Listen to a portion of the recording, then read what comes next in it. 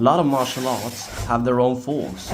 Karate has Kata, Muay Thai has the Wai Kru, and Silat has its dance. It's not just martial arts though. We can look at the tribes in New Zealand. They perform the Haka, a warrior dance, a ritual before battle. And every military that I know of have drills to instill discipline through synchronized movement. But why? What's the purpose of all these rituals? And more importantly, does it actually help you fight?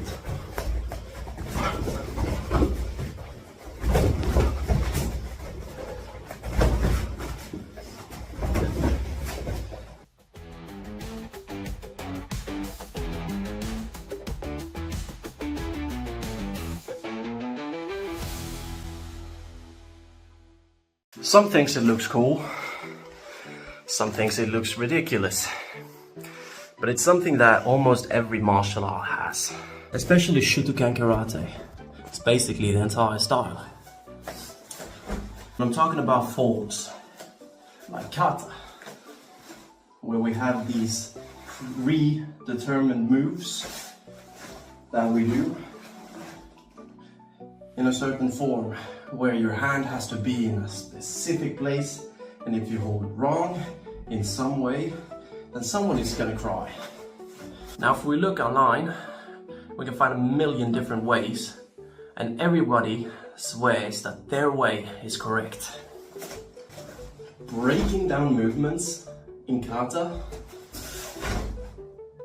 it's valuable, because you get a better sense of the actual movement. You work on your posture and you get better muscle alignment. You know where you want your arm, your hand, and you go into such detail that you don't really do otherwise. If you can break it down slow, then you can understand the movement and you can refine it. But it's not just about technique, it's about mentality. Thai boxers perform the Wai Kru before their fights to show respect and to prepare mentally for a fight. The military have their forms to instill discipline. And Kata and karate is a lot about control and precision. But Kata alone won't make you a good fighter. It's too strict. You don't get any fluidity, and you definitely don't get any reaction time. That's why we need to interpret a little bit of shadowboxing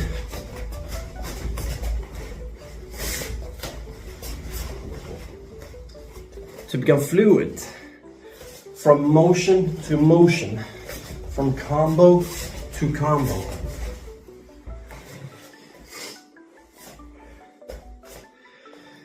But we also know that that won't make you a good fighter. You still need live, actual combat.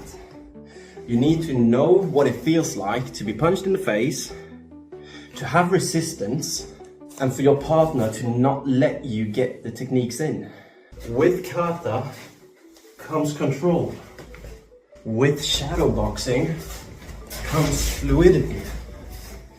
With sparring comes reaction time and distance control. We need all three. And if we really break it down, every martial arts that I've practiced has a form of Kata, has a form of shadowboxing, and has a form of sparring. The biggest difference between these is how much time does your style focus on each and every one of those aspects. I know some boxing classes I've been to and make you stand with a high guard and make you take a step, and you just do that on repeat. Boom, boom, boom, boom. After a while, they'll tell you to throw the jab. And you throw the jab with the step. Boom, boom.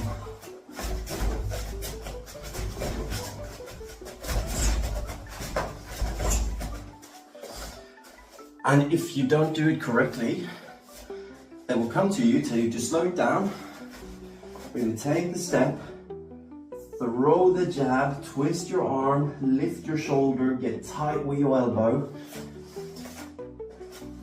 And then you do that on repeat.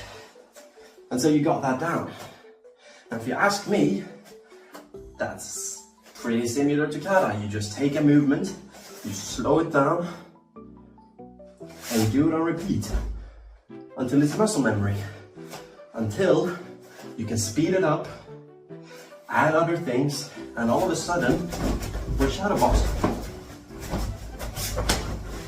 And boxing puts a lot of emphasis on shadowboxing. Probably why it's called shadowboxing and not shadow karate. If we look at Dutch kickboxing, most of training is sparring, or at least sparring drills. You have your partner in front of you, and you just keep blasting combos, and then you block those combos, and then you throw back. And that's how they learn. Now karate is more just form. You want it to look beautiful, and they really want good form all the time.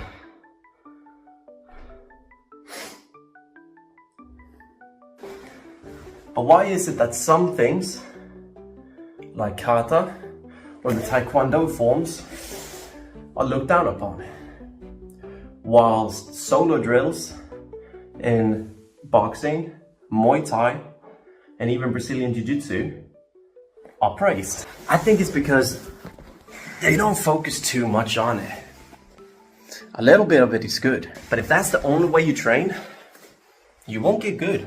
Sure, you'll look good in the air punching ghosts, but is that all you want? Don't get me wrong, the beauty in martial arts is the art itself.